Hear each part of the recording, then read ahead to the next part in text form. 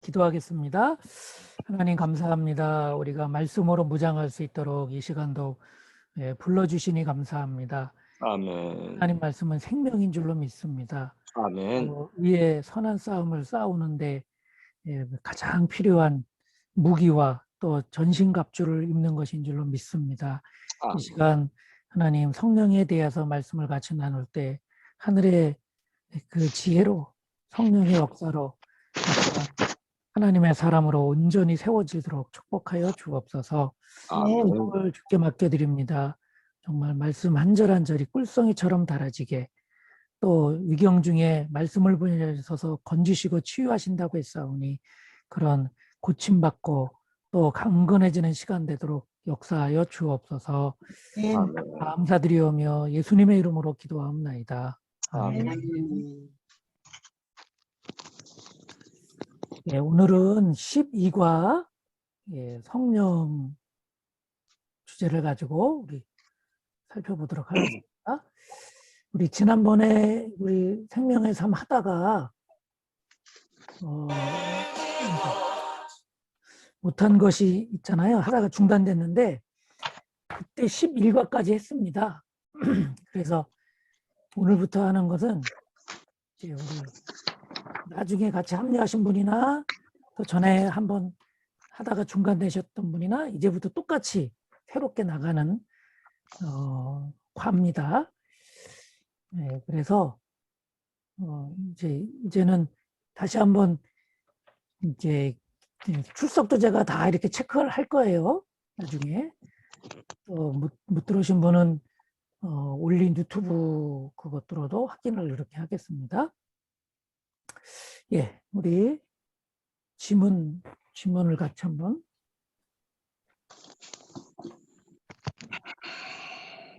읽겠습니다. 성령은 삼위일체 중에서 제3위 위격입니다. 1위는 아버지 하나님이며 2위는 아들이신 하나님이며 3위는 성령이신 하나님입니다.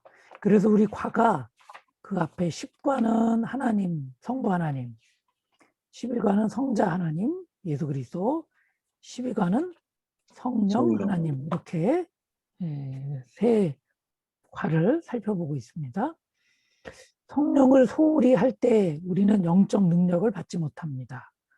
성령은 히브리어로 루아흐이며 헬라어로 퓨뉴마로 호흡, 바람 혹은 공기라는 뜻입니다. 그래서 요한복음 3장에 거듭나야 된다고 하시면서 성령으로 거듭나야 된다 그랬잖아요. 근데 그 거듭남을 뜻을 이해 못한 니고데모가 와서 질문했을 때 성령은 거듭남은 성령에 의해서 되는데 바람과 같다. 그래서 바람이 어디로 부는지 알지 못한다. 이렇게 말씀하신 것도 있죠. 나뭇가지 그 흔들리는 거 봐서 저기 바람이 불고 있구나 이렇게 알 수 있다고 했습니다.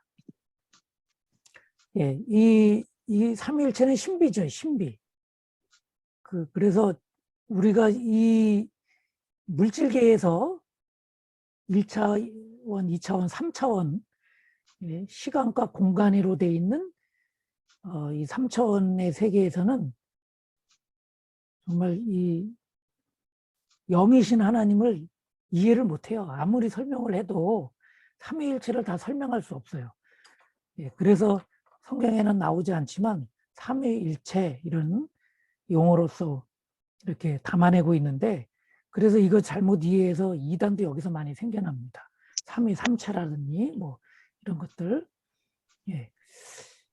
그래서 우리가 성령을 사실 이 삼위 하나님을 이해하는데 역할로 이해하는 것이 쉽다. 이렇게 해서 아버지 하나님은 천지 창조를 하시고, 근데 아버지 하나님만 하신 것이 아니라 성령님도 같이 하신 거죠. 말씀이신 하나님이 육신이 되셔서 예수 그리스도가 되셨는데, 그렇다면 창조할 때도 예수님이 계신 거예요. 근데 이 역할로는 이해한다면 아버지 하나님, 예수님은 구원을 아버지의 뜻대로 완성하신 하나님. 예, 그리고 예수님께서 이 땅에 오셨다가 하늘로 가시면서 보혜사 성령을 주신다고 말씀하셨죠. 근데 그때부터만 성령님이 계신 것이 아니라, 예, 영원부터 영원까지 다 계신 하나님이시니 바로 성령 하나님이시죠. 창조할 때 지혜로 창조하셨어요. 그래서 예, 세상을 창조할 때도 지혜의 영으로 창조를 하셨습니다. 이제 오늘 우리가 성령에 대해서 하는데, 성령은 영원부터 계시는데 특별히 하나님 예수님께서 보내주신다고 말씀을 하셨잖아요. 보혜사 성령을 너희에게 보내주신다. 요한복음 이제 12장부터 이렇게 계속해서 말씀하시는데, 그러면 보내주셔서 성령에 하시는 일이 뭔가?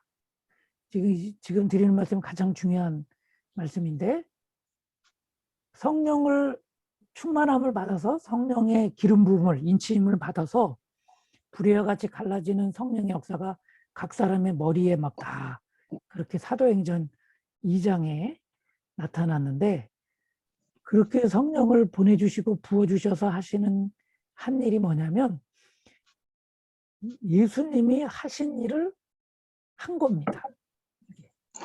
그래서 성령을 보내주신 가장 큰 일, 예수님이 하신 일을 하게 된 거예요. 이게 가장 중요해요. 그리고 성령님을 보내주셔서 어떤 일이 일어났죠? 제자들이 예수님이 하신 일을 한 겁니다. 그래서 성령의 역할, 성령의 일이 예수님이 하신 일을 하는 거예요. 이게 굉장히 중요해요. 다시 한번 다 같이 해볼까요? 예수님께서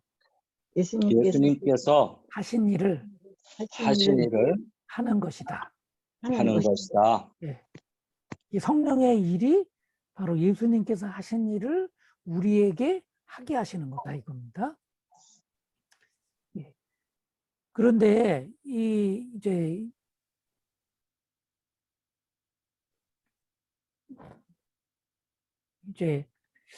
성령의 역사를 한번 우리가 다 살펴보면, 초대교회 때, 신약교회 때 성령을 받아서 주님이 하신 일을 했잖아요. 3대 사역을 특별히 복음을 전하고 또 복음을 가르치고 아픈 자들을 고치고 말씀을 가르치고 뭐 이런 성령을 받아서 이런 일들을 했는데, 그렇게 막 성령의 역사가 일어나다가 314년에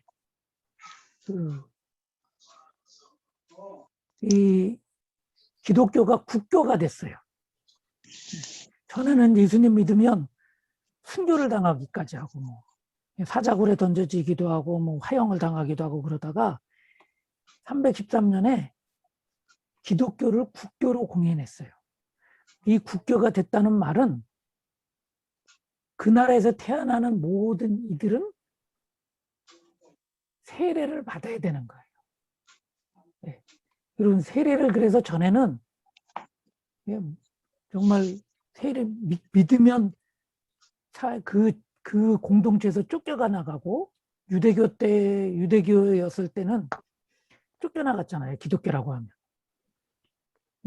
그리고 믿는다고 하면 몰래 믿어서 카타쿰이라는 뭐 지하 무덤에 들어가서 거기서 태어나기도 하고 막 죽기까지 하고 평생을 거기서 살면서 믿음을 지킨 이들이 있었는데, 이제는 국교가 됐기 때문에 태어나면서부터 다 세례를 받는 거예요. 믿음이 있든 없든 세례를 받아요. 또 공직에 나아가려도 다 세례 받은 증서를 가지고 있어야 돼. 성인이 되어서 입교를 한 증서를 가지고 있어야 공직에 나아가요. 중국에서 이제 공직에 나가려면요 공상당원이 돼야 되거든요. 그런 것 같아요. 국교가 됐다는 말은 이제는 믿음이 있건 없건 확인이 안 되고 증서만 있으면 되는 거예요. 그러니 이제는 제도화가 됐어요. 그러다 보니까 성령의 역사가 전에는 막 핍박이 있을 때는 갈급함이 있고 사모함이 있고 몰래 숨어서도 막 이렇게 믿다 보니까 성령의 역사가 막 일어났어요. 그런데 이제는 성령을 받지 않아도 성령의 역사가 없어도 그냥 태어나자마자 세례받고 성인이 되면 입교를 하고 그렇게 되다 보니까 모태 신앙이면 태어나서부터 교회를 다니고 그러면 모태 신앙이 잘못하면 뭐가 된다고요? 못해. 모태 신앙이 모태 그런 신앙이 돼버린 거예요. 이 국교라는 것이 장점도 있지만 단점이 너무나 많아진 거예요. 정말 믿음이 무엇인지를 이렇게 가름할 수 있는 그런 일들이 사라졌어요. 성령의 역사가 뭔지를 잊어버리게 됐어요. 그래서 성령의 역사가 점점 약화되고 심지어는 성령이 뭔지도 모르게 됐어요. 그게 바로 중세시대가 된 거예요. 그래서 중세시대는 암흑시대라고 하는 말이 성령이 뭔지를 가르쳐주지도 못했고 알지도 못했고 성경도 읽을 수도 없었고 그냥 다 뭐라 그럴까요? 교인이 된 거예요. 교인이. 능력 없는 교인. 성경도 읽지 못하는 교인. 그렇게 지나다 보니까 지금 제가 이렇게 성령을 말씀드리는데 이 얘기를 하냐면 이 종교개혁 시대 전까지는요. 기도도 뭐라 그럴까 이렇게 평신도가 기도도 제대로 할 수도 없었어요. 그냥. 그러니까 성령 체험도 할 수 없었어요. 종교개혁 시대가 와가지고요. 이제 그것도 신부들이나 이런 학자들이나 성경을 읽을 수 있었던 사람이 성경에서 벗어난 교회가 되었기 때문에 개혁을 한 거 아니에요. 그러다 보니까 죽음의 앞에서 막 이제는 개혁하다 보니까 기도를 하게 되고 막 그러니까 놀라운 일들이 막 일어난 거예요. 이슬리 목사님이 1800년대에 사람인데 이 이슬리 목사님 일기에 보면 막 뜨겁게 기도하다가 입신하는 그런 경우도 있었어요. 근데 이것이 뭐 어떤 일인지 무엇에 의해서 일어나는지 현상은 있었지만 왜 그런지를 몰랐다는 거예요. 그래서 언제부터 이 성령을 제대로 좀 알기 시작했냐면 1900년대 20세기 와가지고 그 방언 기도가 막 터지고 그래서 성령의 체험이 사도행전 2장에 이 난곡 방언으로 듣게 됐다 그랬잖아요. 불의 혀같이 갈라지는 그런 성령의 역사 속에서 방언의 이 말들을 하는 그래서 방언이 좀 두 가지잖아요. 난곳 방언, 한국말이나 영어나 뭐 그런 말들도 방언이고 영어도 방언이죠. 우리가 얘기하기로는. 또 하나는 천국의 언어를 그렇게 말하는 거죠. 그런 오순절의 사도행전 2장의 경험들을 이 1900년대에 막 하기 시작했어요. 그래서 교파가 생겼어요. 그 교파가 바로 순복음 교파예요. 오순절 운동이 일어나기 시작했고 그래서 이때는 심지어는 방언 받지 못하면 구원도 못 받은 것다라고 하는 막 그런 말까지 하는 오순절 교단이 막 일어나기 시작해서 아주 성령의 역사를 강조하면서 지금까지도 구원의 역사를 성령의 역사를 사모하면서 아주 크게 부흥한 전 세계적으로 크게 부흥한 교단이 여기서 생겨졌습니다. 60년대에는 그런 영향을 받아서 다른 교단에서도 은사운동이 캐리스메틱 운동이 은사운동이 벌어지기 시작했어요. 그러다 보니까 장로교나 다른 여러 교단에서도 이런 성령의 역사를 나타내고 신학적으로도 전에는 구원론, 종교시대에는 구원론만 이게 신학적으로 정리가 되고 교회론, 가톨릭 교회 말고 개신교회라고 하는 프로테스탄트라고 하는 교회론이 신학적인 정리가 되면서 이제는 성령론이라는 것이 새롭게 정리가 되기 시작했어요. 사실 그래서 이 성령에 대한 이 신학적이고 이런 조직적인 정리는 20세기에 와서 되어졌다 그렇게 봐도 과언이 아닌 겁니다. 그래서 우리 1번 요거는 지금 미국에서 이제 정리되는 것들인데 사실 우리 1907년에 원산에서 하디 선교사가 회개운동을 기도하면서 일으켰거든요. 그 성령의 역사죠, 그런 게. 그리고 평양으로 넘어와서 1910년 그럼 산정은교회를 중심으로 또 해서 성령의 역사가 막 불같이 일어나고 그러면서 이게 만세운동 1910년 넘어까지 그래서 민족적인 자각을 일으키고 그래서 33인 중에도 기독교인이 거진 반수가 들어가 있는 그런 자각을 일으켰던 그런 운동도 우리나라에서는 성령의 역사가 있어졌던 거죠. 이 1980년대 미국 같은 경우는요, 선교사들이 가서 복음을 전하다가 성령이 아니고는 이런 복음 전의 역사는 것들이 성령 역사가 복음의 온전한 역사와 같이 일어나야 된다는 것을 신학적으로 퓰러 신학과 같은 데서 정리해 나가기 시작했습니다. 하여튼 그래서 1번 인격자이신 성령님은 하나님의 마음을 아시는 분이세요. 여러분 우리가 하나님 마음을 어떻게 알 수 있어요? 우리 가운데 들어오신 성령님이 우리 가운데서 하나님의 마음을 깨닫게 해주시는 거죠. 이게 정리가 된 거예요. 그러니까 종교 개혁을 하든 복음을 전하러 가던 선교사들에게 이렇게 우리 가운데 성령님이 찾아오셔서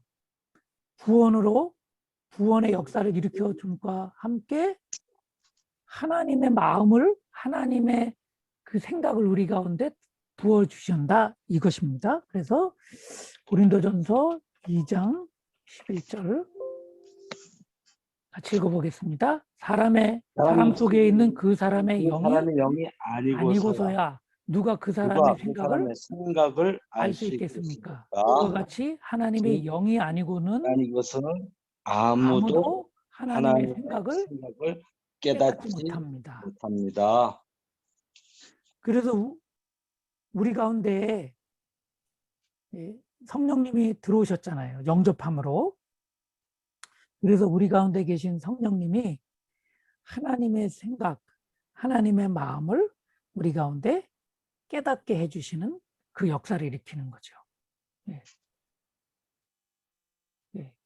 그리고 두 번째, 그래서 여러분 우리가 하나님의 영이 아니고는 하나님의 마음을 알 수 없어요. 성경이 하나님의 감동으로 된 것으로서 성령의 지혜, 성령의 인도하심을 통해서 우리가 성경을 읽을 때 하나님의 뜻을 우리가 분별할 수 있는 거죠. 또 고린도전서 12장 3절에도 누구든지 성령이 아니고는 예수를 그리스도라고 고백할 수도 없다 그랬어요. 그러니까 아버지의 마음, 하나님의 마음은 모든 사람이 진리를 알고 구원에 이르도록 원하시는 거예요. 그걸 바라시는 거예요. 그러니까 우리 가운데 그 구원의 역사, 그것도 우리 주님께서 성령을 통해서 일으켜 주시는 거죠. 이 성령은 그래서 세례를 우리 가운데 받게 하세요. 내가 문 밖에서 두드리노니 누구든지 문을 열면 내가 그에게로 들어가 그와 함께 그는 나로 더불어 나는 그로 더불어 먹으리라 이렇게 주님께서 말씀하셨잖아요. 성령 세례를 받는 거예요. 그때 성령이 우리 가운데 들어오시는 거죠. 그것도 성령이 아니고는 우리가 예수를 주라고 시인할 수 없기 때문에 성령님께서 우리 가운데 오셔서 그렇게 구원의 역사를 이루시는 겁니다. 우리 성령 세례 부분 한번 보면 에베소서 4장 30절 하나님의 성령을 슬프게 하지 마십시오. 여러분은 성령 안에서 구속의 날을 위하여 인치심을 받았습니다. 여러분, 인치심이 1번 인을 치셨다는 말이 무슨 뜻인가요? 내 것이다. 예. 내가 너를 지명을 불렀나니 내 것이다 그럽니다. 내 것이다. 그러면 미국의 텍사스에 가면 농장들이 많아요. 거기서 텍사스에 로데오 경기를 하는데 이 로데오 경기에 여러 경기들이 있어요. 예? 예. 그 중에 하나가 카우보이가 소를 딱 이 밧줄을 돌려가지고 잡아가지고 넘어뜨리고 발을 이렇게 막 묶어요. 그게 로데오 경기 그런 경기죠. 그 왜 그렇게 넘어뜨려가지고 소의 발을 묶을까요? 네. 이 목장에 보면 하도 소가 많아서 저 소가 누구 손지 명현이 목장은 잡아가지고 뻘겋게 달군 쇠를 이니셜을 명현 MH 이렇게 달군 소를 가지고 엉덩이에 딱 찍어 넣는 거예요. 그런데 그 벌겋게 달군 그 인을 그렇게 치는 거잖아요. 근데 그러면 그게 소가 가만히 있겠어요? 그러니까 붙잡아 매놓고 해야 되는데 넘어뜨려 놓고 발을 묶어 놓고 소 엉덩이에 딱 인을 치는 일들을 카우보이들이 했다는 거예요. 그래서 빨리 넘어뜨려서 인을 치는 것이 바로 이 로데오 경기 중에 하나가 된 겁니다. 그래서 인을 다 쳐놓으면 그것이 낙인이라 그러잖아요. 주인. 인이 딱 찍혔어요. 그래서 엉덩이에 MH라는 마크가 찍힌 거 보면 누구 거예요? MH 주인 목장. 명현이 겁니다. 명현이 목장 거, 명현이 소유예요. 그래서 인을 쳤다는 것은 성령으로 인쳤다는 것은 누구 거라는 거예요? 하나님의 거라는 거예요. 너를 지명하여 불렀나니 너는 내 것이다. 그런 뜻이라는 거죠. 그래서 여러분 이제 마지막 때 예수님께서 이 세상에 다시 오실 때 성령의 인치심이 있는 사람들은 어디 가요? 하나님의 집에 천국에 가고 천국. 성령의 인치심이 없는 사람들은 지옥. 어디 가요? 영원한 형벌을 받는 지옥. 지옥에 가서 거기서 슬피 울며 이를 감이 있는 거죠. 그러면 우리는 언제 성령으로 인치심을 받습니까? 언제 받아요? 구원받고 기도함으로써 요한복음 1장 12절 영접하는 자 영접받는 자. 그래서 영접 기도하자 그러잖아요. 영접하는 자 곧 예수 그리스도의 이름을 믿는 자들에게는 하나님의 자녀가 되는 권세를 줬습니다. 그러니까 영접할 때 성령 세례로 딱 하나님의 인침을 받는 겁니다. 예수 그리스도를 근데 눈으로 보이지 않으니까 성령이 임하신 게 눈으로 인쳐진 게 눈으로 보이지 않으니까 우리들은 눈으로 다 하나님 아빠 성도들 앞에서 그 성도들 증인 앞에서 인침을 받았다는 것을 확증하기 위해서 물 세례를 이렇게 우리가 얻는 거죠. 받는 거죠. 그래서 우리 성령은 첫째 하나님의 마음을 하나님의 생각을 우리 가운데 계신 성령님을 통해서 알게 되는 거예요. 또 성령이 인침받아서 성령 세례받아서 우리가 하나님의 자녀인 것을 성령님이 확증을 하는 것입니다. 이렇게 또 이 성령님은 하나님의 자녀들에게 충만하도록 성령 충만을 우리에게 부어주시죠. 그래서 다시 보면 에베소서 5장 18절 술에 취하지 마십시오. 거기에는 방탕이 거기는 따릅니다. 망탕이 따릅니다. 뭘 성령의 받아야 돼요? 성령의 충만함을 충만함을 받으십시오. 받으십시오. 예, 이 세례를 받으라는 그 말에는 이 시제를 보면 단일 시제예요. 한 번이에요. 그런데 성령 충만함을 받으라는 이 말에는요, 반복 시제가 돼 있어요. 반복 시제는요, 계속 받는 거예요. 마치 이 습도 조절하기 위해서 집에 어항을 놨는데 한참 지나면 어항의 물이 어떻게 돼요? 줄어요. 네, 줄어들어요. 그럼 어떻게 해요? 거기에 줘요. 이제 물을 다시 붓잖아요. 예, 우리 가운데 성령이 세상 살다 보면요, 있지만 충만함이 작아갖고 줄어들어요. 그래서 어떻게 해요? 반복으로 계속 이렇게 받아야 돼요. 그런데 술 취하지 말라는 이 말과 성령 충만함을 받다는 말을 같이 이렇게 썼어요. 써놓은 성경에서. 예? 성경에 써놨어요. 바울 사도가 이렇게 말씀했는데, 왜냐하면 술 취하는 것과 성령 취함이 비슷해요. 기분이. 예. 비슷한 게 뭐냐면 술 기분이 먹으면 알딸딸해서 예, 또 구름 타고 가는 것 같이 좋아요. 저는 술 많이 안 먹어봐서 모르겠는데 또 술에 맞지도 않아서 술 먹으면 예전에 한번 고3 때 친구들이 막 강제로 막 이렇게 한번 먹어보자 그래서 먹었는데 필름이 끊겼어요. 쓰러졌어요 이렇게. 그리고 머리가 얼마나 아픈지. 그래서 그다음부터는 야, 나는 술이 안 먹나, 맞지도 않는구나, 이런 생각을 했습니다. 근데 술 많이 먹는 사람들 보면 알딸딸하면서 기분이 좋대요. 그러면서 또 하나, 술 먹으면 담대해져요. 세상이 다 누구 것 같아요? 내 거. 내 것 같아. 없는 용기도 생겨. 누구래서? 그 성령 충만함 받으면 그래요. 그죠? 담대.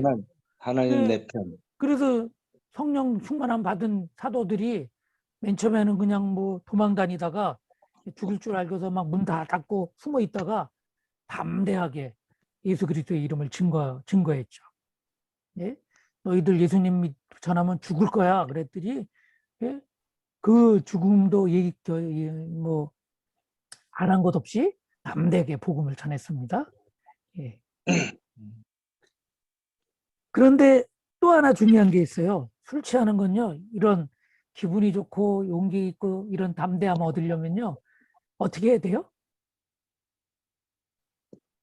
술 한 잔 해야죠. 정기적으로. 술이 낄 때쯤 되면 또 먹어야 되는 거예요. 예, 계속 그러다 마셔야죠. 보니까 이게 완전히 중독이 돼가지고요, 문제가 생겨져요. 그래서 여기저기 차이가 나는 거예요. 술 취하면 세상적으로는 좋긴 한데 중독이 돼요. 그래서 거기에는 뭐가 있어요? 방탕이 따라요. 술 취하면은. 근데 성령에 취하는 것은 부작용이 전혀 없어요. 그러니까 우리가 성령 충만을 위해서 계속 반복적으로 기도를 해야 돼요. 기도함으로써 성령 충만을 받기 위해서 계속 우리가 성령 충만의 일들을 해야 됩니다. 네. 여러분, 그래서 다시 한번 강조합니다. 예. 너희가 사도행전에 그랬죠. 너희가 이제 하나님 내 증인이 될 것이다. 땅끝까지 이르러 그러면서 말씀해 주신 것이 있어요. 예. 예루살렘을 떠나지 말고 말씀을 붙잡고 약속한 말씀을 붙잡고 전혀 기도에 힘쓰라 그랬어요. 여러분, 성령 충만함을 받는 방법이 기도하는 거예요. 아멘. 약속의 말씀 붙잡고. 그런데 며칠을 기도했어요? 40일. 아니지. 열흘을. 그러니까 열흘. 예. 승천을 하시면서 말씀하셨잖아요. 마지막으로. 예수님 하지 말고 기도해라 그래서 너 언제까지 기도하라는 걸 가르쳐 주지 않았어요. 그러니까 반복적으로 주님의 약속의 말씀 붙잡고 계속 기도하다가 오순절 날이 이르렀을 때 열흘 예? 열흘째 되는 날 드디어 성령의 세례, 성령의 충만함을 다 받은 겁니다. 예. 근데 성령을 그렇게 충만하게 내려주신 약속하신 보혜사 성령을 이제 현상적으로도 딱 받은 줄 안 거예요, 이게. 왜 그러면 성령 충만함을 주셨어요? 아까 말씀드렸죠? 예수님이 하신 일. 예수님이 하신 일을 하게 한 거예요. 하기 위해서. 하게 하신 거예요. 그래서 성령을 이제 부어주셨으면 성령의 나타나심이 부어주셨으니까 나타나신 성령 받은 증거가 있는 거예요. 고린도전서 12장 7절 보세요.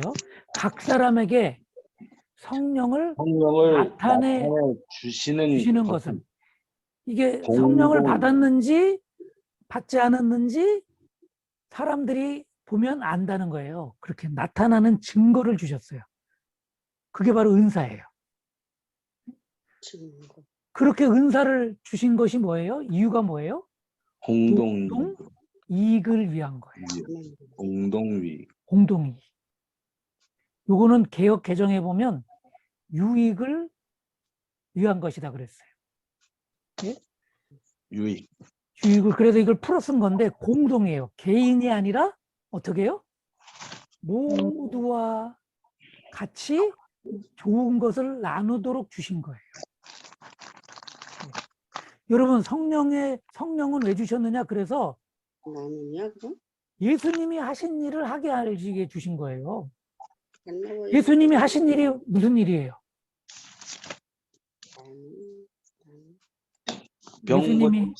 예수님이 하신 일 복음을 전한 일이에요. 복음을 전하시고 복음이 왜 필요한 거예요? 죽은 사람을 살리기 살리기. 위해서. 생명 없는 우리들을 죽었던 우리들을 살리기 위해서. 그리고 우리가 이게 산 것이 무엇인지 생명 얻은 것이 무엇인지를 구체적으로 말씀을 통해서 배우고 가르쳐주기 위해서 가르치기 위해서 그리고 아픈 사람도 고치고 힘없는 사람 일으켜 세우기 위해서. 근데 이 일을 하기 위해서 성령이 함께 하셔서 이 일을 하신 거예요. 여러분 그래서 공동의 유익은 뭐냐면요. 죽은 사람을 살리는 거예요. 말씀으로 나에게 향하신 하나님의 선하시고 온전하신 뜻이 무엇인지를 깨닫게 해주시는 거예요. 그리고 이 일을 감당하기 위해서 건강케 하시는 거예요. 그래서 이 성령의 은사들은 이 일을 감당하기 위해서 말씀을 전할 수 있는 지혜가 생겨요. 여기가 유익이야. 복음을 전할 수 있는 지혜가 생겨요. 그리고 아픈 사람을 고칠 수 있는 능력이 생겨요. 병든 자 고치고 네. 죽은 자 살리고 이런 일들이 성령의 은사로 우리 가운데 다 하나님께서 주셔서 나타나는 거예요. 예.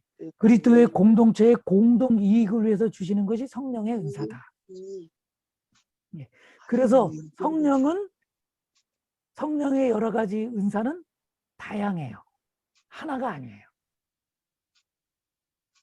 은사는 다양합니다. 여기 보면 보세요. 그 다음에 여기 보면 성령을 통해서 뭘 줘요? 지혜의 말씀을. 또 어떤 지혜의 사람에게는 말씀. 지식의 말씀을. 지식. 예, 이런 것들이 뭐냐면 하나님의 말씀을 전할 수 있도록 지식의 말씀을 주시는 거예요. 생각나게 해주시는 거예요. 예, 하나님 말씀이. 이게 말씀의 은사예요. 한마디로 얘기하면. 또 어떤 사람에게는 믿음을 내 믿음대로 될지어다 이러고. 그래서 막 능력이 나타나는 거예요. 병을 고쳐요. 기적을 행해요. 이런 것들은 믿음, 병 고치는 기적의 은사는요. 어떤 이제 능력을 행하는 은사예요. 모세처럼 홍해를 가르고 선원은 전쟁 나으리라 막 이렇게. 그런데 다 이렇게 하는 것이 돈 벌라고? 병 고치고 돈 받아요? 예. 이거는요, 공동의 유익을 위한 거예요. 하나님의 사람으로 상대방을 세우기 위해서 하나님께서 주시는 거예요. 공동의 이익. 성령의 은사를 받았는데 그 은사가 자기의 이익만을 얻기 위해서 했다. 그러면 돼야 안 돼요. 안 돼. 안 되는 거예요. 안 됩니다. 다른 사람을 구원을 받고 그 귀하게 하나님의 사람으로 세워주고 그래서 감당할 수 있도록 고쳐주고 이런 일들. 또 예언하는 은사, 영을 분별하는 은사, 그 귀신의 역사인지 하나님의 역사인지 이거를 분별을 해줘서 교회를 든든히 세워갈 거 아니겠어요. 귀신도 병 고칠 수 있어요, 없어요? 있어요. 주기도 하지만 고치기도 해요. 왜냐하면 빼앗겼던 영혼을 하나님 앞에 하나님의 자녀로 빼앗겼던 영혼을 다시 뺏어오려면 무슨 짓을 못하겠어요. 그래서 귀신도 병 주기도 하고 고치기도 하는 거예요. 병 났다고 여기저기 막 아무데나 찾아가면 안 돼요. 그래서 영을 분별할 수 있는 것도 하나님의 은사예요. 방언을 말하는 것도 은사고, 방언 말하는 은사고, 통역하는 것도 은사죠. 그러니까 하나님의 온전한 말인지 귀신의 말인지 통역을 해보면 아는 거예요. 통변. 네. 이런 모든 것들이 다 다양하게 하나님의 역사가 나타났습니다. 모든 것들, 그래서 사실 분별하는 것이 제일 중요한데 어쩌면 은사 중에 분별을 어떻게 하느냐, 가장 쉽게 분별하는 게 한 가지 딱 있어요. 공동체의 덕이 되느냐, 덕이 안 되느냐. 이거를 딱 보면 하나님이 주신 은사냐 아니냐를 알 수 있어요. 그래서 막 뭐 능력을 행하는데 덕이 안 돼. 덕이라고 하면 이런 거잖아요. 이렇게 그 교회가 분란이 일어나. 교회가 누구누구끼리 막 이렇게 모여. 분파가 생겨. 은사 때문에. 그러면 그 은사가 하나님이 주신 걸까요? 결국은 사단의 역사일까요? 사단의. 하나님은 공동체, 교회를 든든하게 하는 것이 목적인데 이게 뭐 분란이 생겨지고 분파가 생겨지고 소위 말해서 추종자가 생겨지는 거예요. 고린도 교회가 그랬잖아요. 나는 바울파다. 나는 아볼로파다. 무슨 쪽파다. 대파다. 양파다. 무슨 주 안에서 파가 있어요. 아무 파가 없네. 심지어는 그래서 이 사도 바울은 그런 파가 생겨질까 봐 나는 세례를 주는 것을 기뻐하지 않았다고까지 얘기했어요. 그러니까 여러분 오늘 정말 이 성령의 은사, 분명히 성령의 역사가 나타나는데 분명히 알아야 할 것은 예수님이 하신 일, 예수님이 하신 일을 위해서 우리에게 주신 거예요. 예수님은 우리를 하나 되게 했잖아요. 이방인들도 에베소 교회 같은 경우는 예루살렘을 벗어나서 터키 땅에 생겨진 교회이기 때문에 이방인들이 중심이 된 교회였어요. 그래서 이방인이나 유대인이나 다 우리가 주님 안에서는 하나다 이렇게 말씀을 한 거죠. 하나 되게 하지 못하는 것은 성령의 역사가 아니에요. 이렇게 다 정리하시기 바랍니다. 또 하나, 그래서 결국 갈라디아서 5장 22절 23절 성령의 열매가 다 맺어지는 겁니다. 그래서 갈라디아서 5장 이제 다음 페이지 68페이지로 넘어왔습니다. 12절부터 성령의 열매는 사랑과 기쁨과 화평과 인내와 진절과 선함과 신실과 온유와 절제입니다.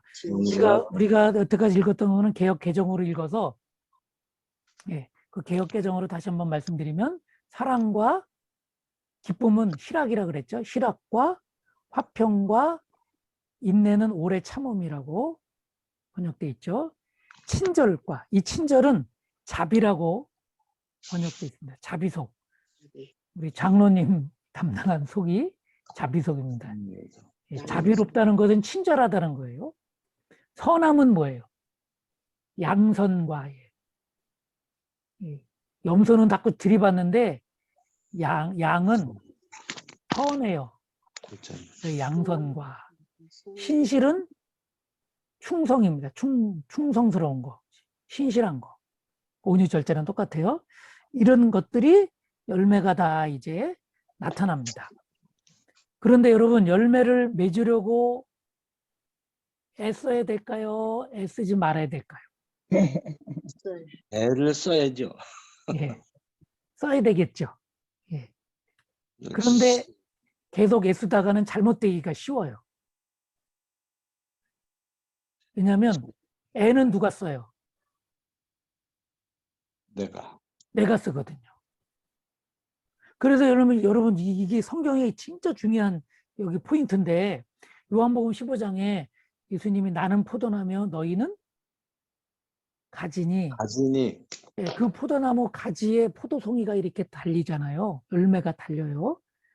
이 포도 비유를 한 것은 이 성령의 열매가 사과나무처럼 하나가 맺히는 것이 아니라 우리 안에 사랑도 맺히고 포도송이처럼 기쁨도 맺히고 이렇게 알알이 다 맺어가지는 거예요. 나는 사랑의 열매는 도저히 못 맺어 이러면 안 되고 예? 그 포도 알갱이처럼 이렇게 9가지의 열매들이 다 조금은 작을지라도 다 맺혀져야 되는 건데 포도 가지에 열매가 맺혀질 때 열매 맺는 원리입니다. 내가 포도 열매 맺어야지 막 그래요? 어때요? 그냥 예? 가지는 줄기에 붙어 있기만 하면 애쓰지 않아도 생명의 원리에 이게 저절로 열매가 어떻게 돼요? 맺어진다는 거예요. 예. 그 제가 예전에 한번 그 말씀드렸잖아요. 부목이 둘이 있어가지고 비교가 돼가지고 너무 힘들었다고 제가. 예? 근데 그 부목은 얼마나 겉보기에는 딱 이렇게 신실한 것 같고 다 그런지 또 재주도 많고 뭐 너무 그래요. 그래서 막 너무 스트레스가 많는 거예요. 그래서 막 미워하게 되고 그런데 원수까지도 사랑하라고 하나님 말씀하셨는데 자꾸 미워하니까 제가 너무 자책이 들어서 사랑의 메시지를 전하면서 금요기도회 때 막 사랑해야 됩니다. 사랑해야 됩니다. 사랑하게 해주세요. 막 그렇게 기도하다가 엉엉 울어버렸다고요. 도저히 사랑할 수 없어요. 제가 드린 이 말씀의 메시지가 이거예요. 열매를 내가 맺으려고 애쓰면 사랑할 수 없습니다. 도저히 안 돼요. 주의요. 그리고 만약에 조금이라도 된 것 같으면 누가 했다 그래요? 내가 했다 그래요. 주님. 그래서 이 기독교의 진짜 정수, 진리는 하나님이 하신 거예요. 아멘. 그래서 여러분 영접도 그런 거잖아요. 예수님을 누구든지 주라고 이렇게 시인하는 것은 성령이 아니고는 할 수가 시인할 수 없다는 거예요. 여러분 구원이 내가 선행으로 구원받나요? 선행으로는 누구든지 구원받을 수 없다고 말씀한 거예요.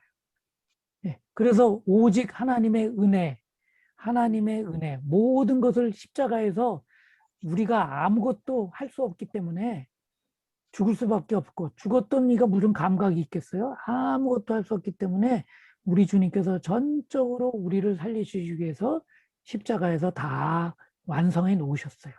그 사실을 우리는 뭐만 하면 돼요? 믿기만 하면 되는 거예요. 이게 기독교의 진리거든요. 마찬가지로 열매가 맺어지는 것도 내가 하려고 하면 그게 유의가 돼요. 네, 성령님의 내 하시고 자랑이 돼요. 누구든지 자랑치 못하게 한다 그랬어요. 그래서 우리가 변화되는 것은 우리 안에 계신 하나님의 마음을 성령님이 우리에게 가르쳐 주시거든요. 소원을 주시고 일한다 그랬어요. 그러니까 여러분, 오늘 우리가 사랑하는 것도 그 사랑하는 마음이 성령님이 일으켜 주세요. 그 일으켜 준 만큼만 하면 돼요. 그 이상 하면 안 돼요. 같이 하겠습니다. 사랑하는 사랑하게 하는 만큼만, 사랑하게 사랑하게 하는 만큼만 하면 돼요. 하면 된다.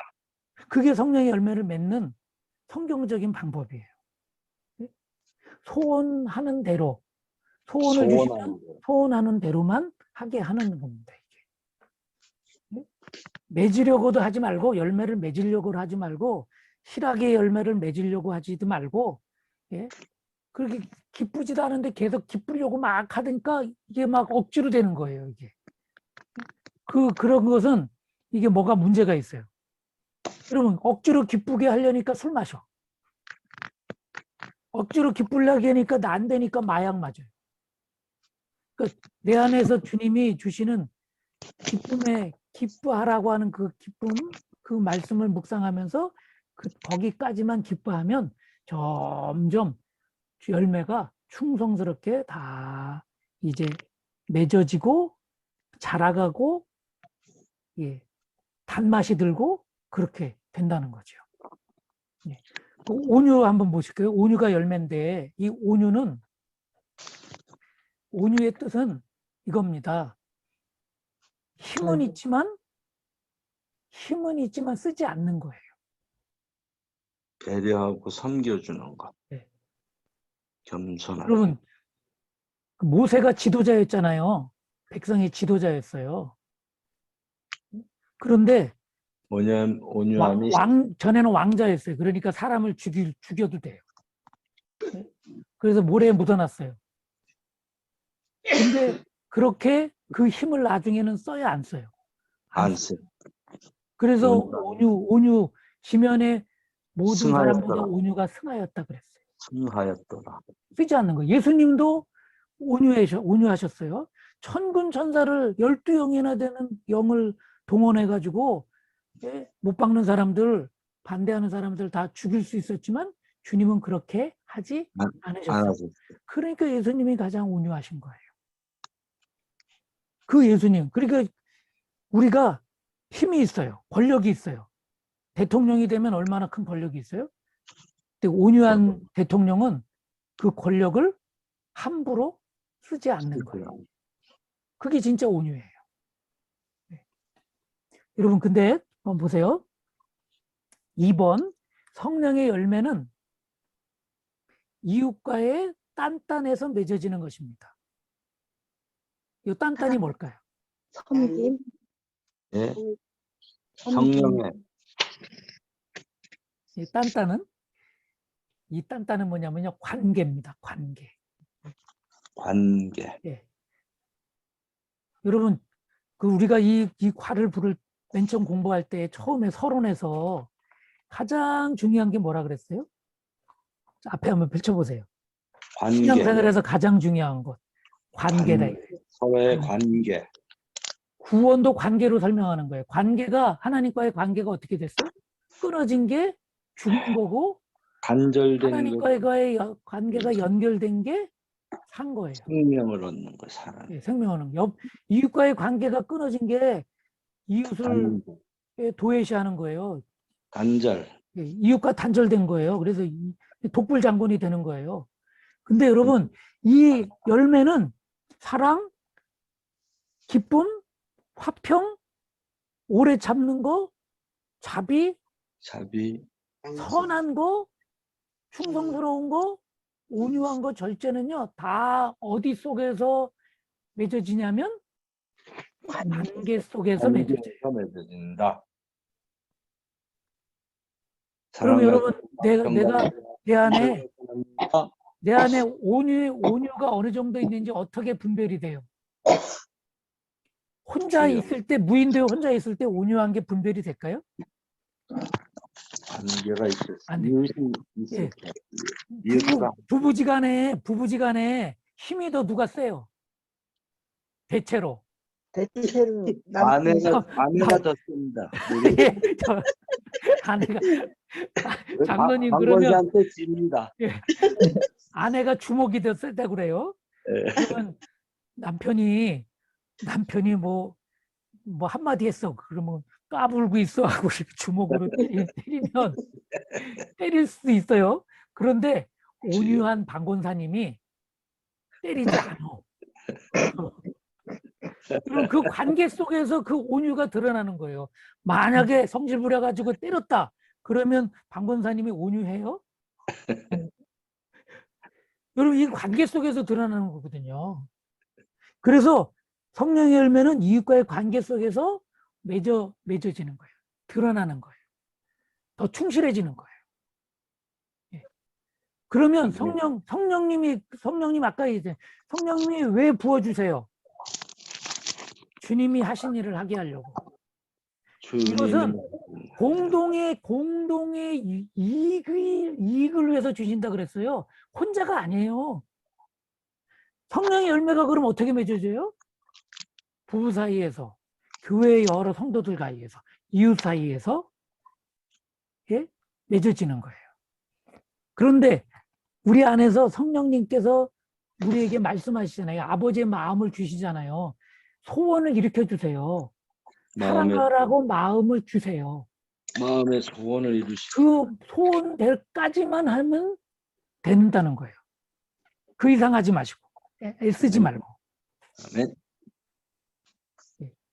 여러분 이게 굉장히 중요한 진리입니다. 기독교의 진리는 하나님이 하시는 거예요.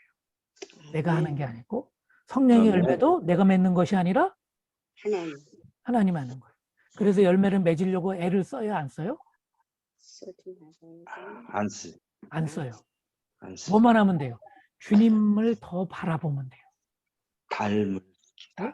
내가 하려고 애쓰는 것이 아니라 그냥 주님을 더 바라보는 거예요. 그래서 이제 성령 충만함 받는 방법이 여기서 나오는데, 그래요? 성령 충만을 받는 방법.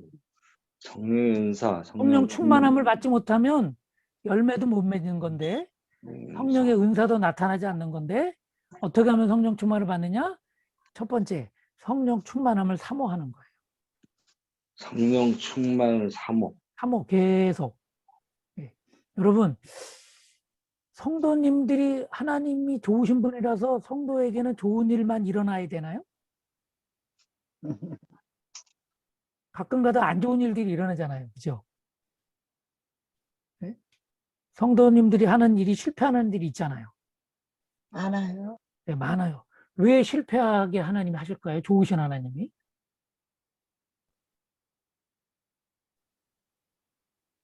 왜 실패하게 할까요? 성령을 사모하게 하기. 네, 성령을 사모하게 하는데 이 사모가 어떤 말이냐면 여러분 이거예요. 그립게 하기. 성도가 실패하는 이유는요.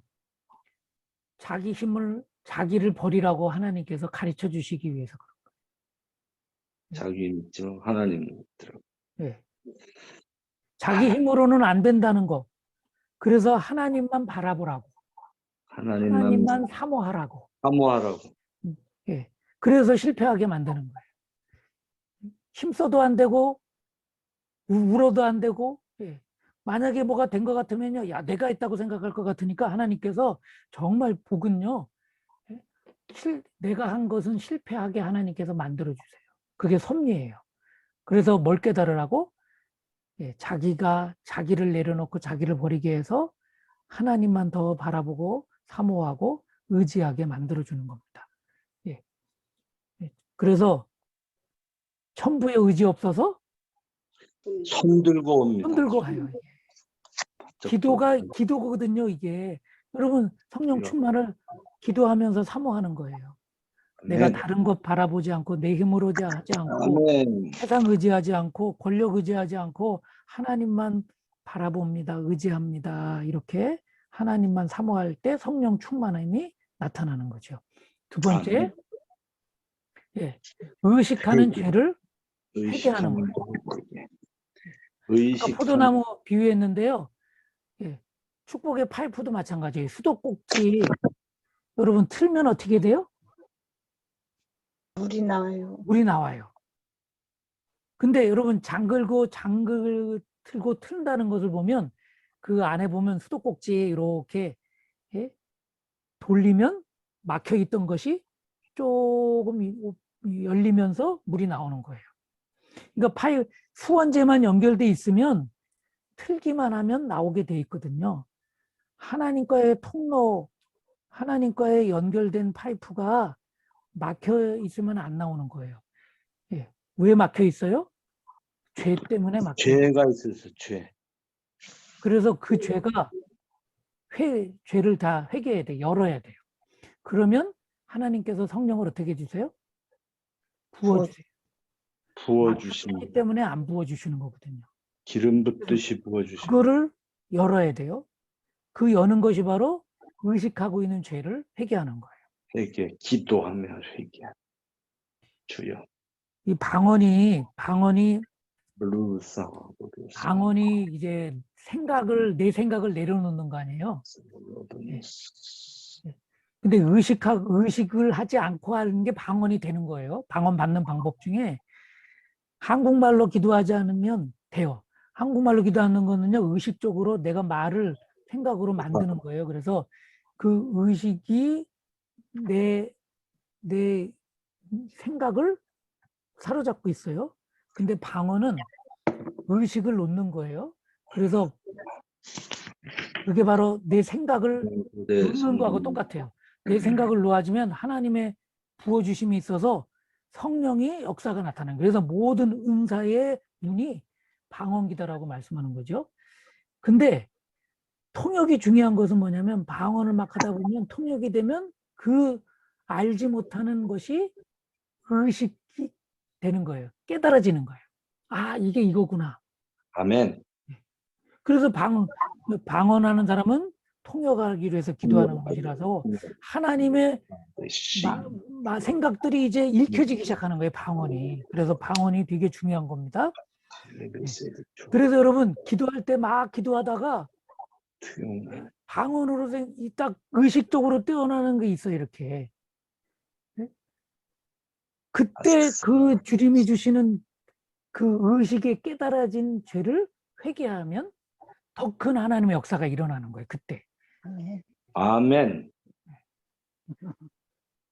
그 성 어거스틴이 그렇게 기도했대잖아요. 막 생각나는 기도하다가 나중에 방언으로 기도해가지고 통역을 해가지고 입신의 상태에 들어갔더니요. 뭐까지 기도했다고요? 엄마 젖을 먹고 있었을 때 엄마 젖을 안 나온다고 깨물은 거예요. 그거를 깨닫게 해주신 거예요, 그게. 아니, 젖 먹을 때 엄마 젖꼭지를 안 나온다고 물었던 게 지가 생각나겠어요? 안 나겠어요? 주여. 성령을 통해서 하나님께서 생각나게 해주신 거예요, 이게. 그러니까 여러분 그것까지도 기도했더니 성 어거스틴이 성령 충만하게 받아서 하나님의 예수님이 하신 일을 하게 되는 그 놀라운 역사를 여기서 다 나타나게 해주신 거예요. 이게. 아멘. 그래서 의식적인 의식을 가지고 내가 하나님 앞에 죄가 어떤 것이 있는지 방언 기도하면서 의식이 딱 통역까지 되어지면서 회개할 것을 기도할 때 더 큰 하나님 성령의 부어주심이 있습니다. 세 번째, 성령 충만을 기대하는 거예요. 여러분 사모하고 기대하는 거하고 차이가 뭐냐? 사모는 그냥 하나님만 바라는 거예요. 맨 처음에는 막연하게 하나님만 의지하고 바라도 돼요. 그러나 기대는 이제는 하나님이 하신 일을 구체적으로 성령의 역사가 나타나서 어떻게 했던 것까지도 이제 그리면서 기도하는 거예요. 사도 바울이 성령이 충만함 받아서 손은 언제쯤 나았어요. 심지어는 쓰던 손수건, 입고 있던 앞치마를 가지고 기도하라고 줬더니 병이 나았어요. 여러분 그것을 기대하는 거예요. 예.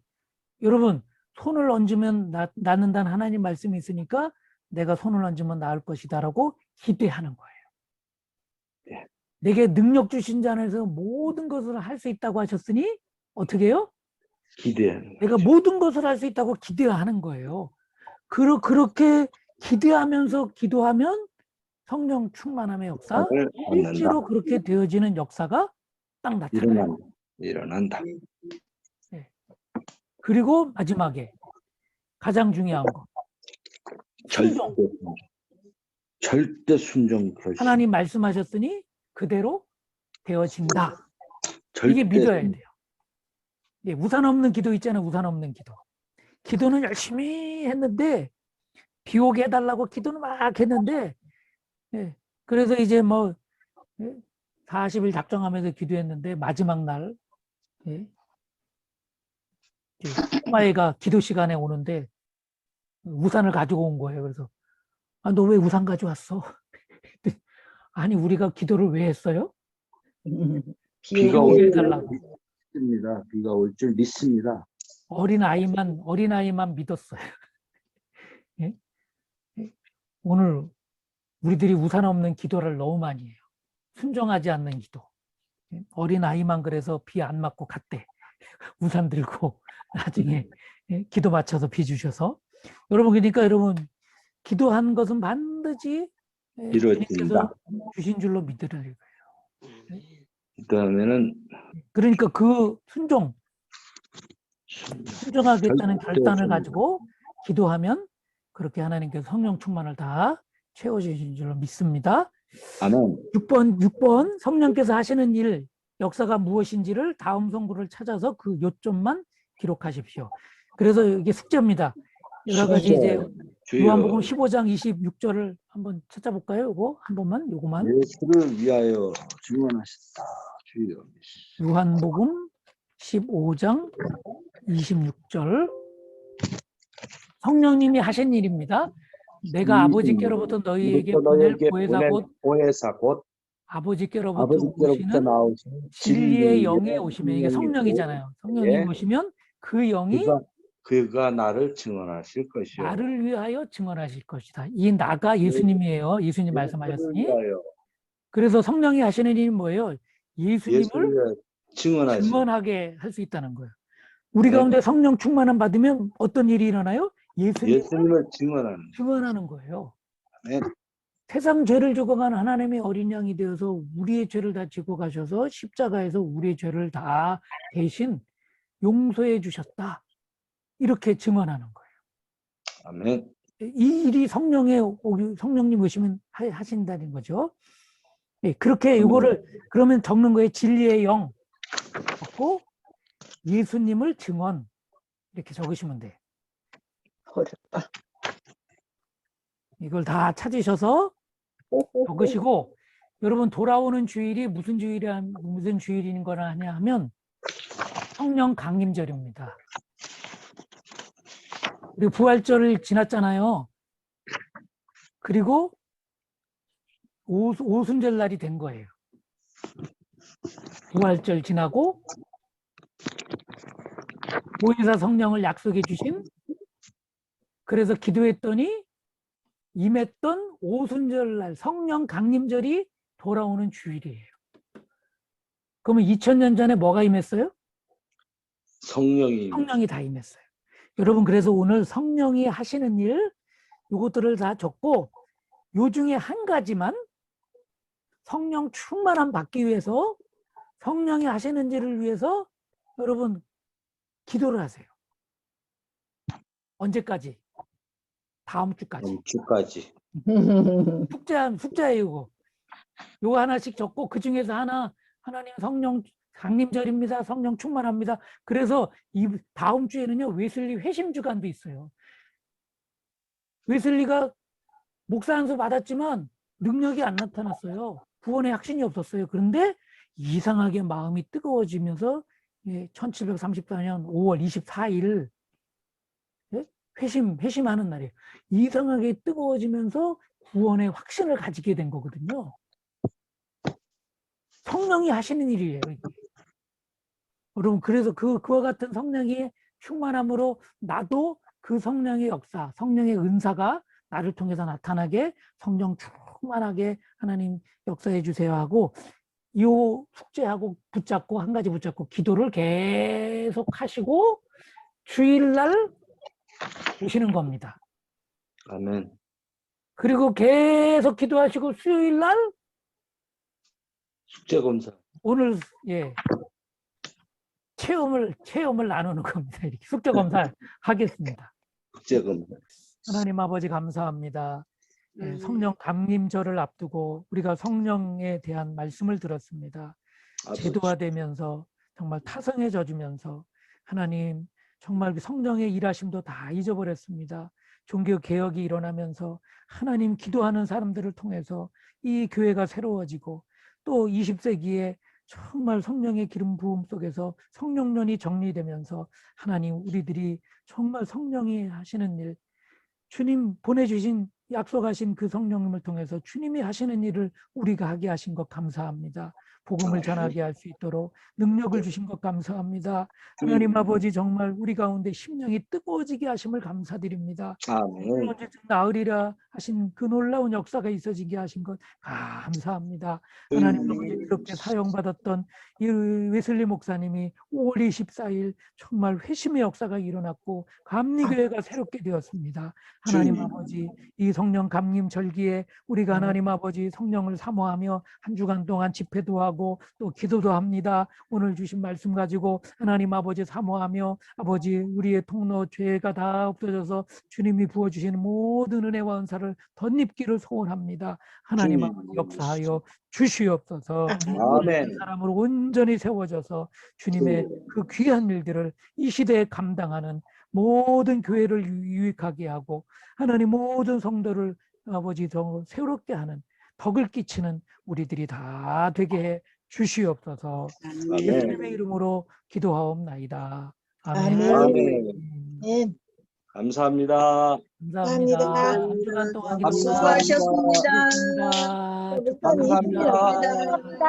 박 권사님 할렐루야 안녕히 계십시오. 감사합니다. 정 권사님 할렐루야. 네, 목사님 감사합니다. 고생하셨습니다. 편안한 밤 되세요. 네, 편안한 밤 되세요. 네.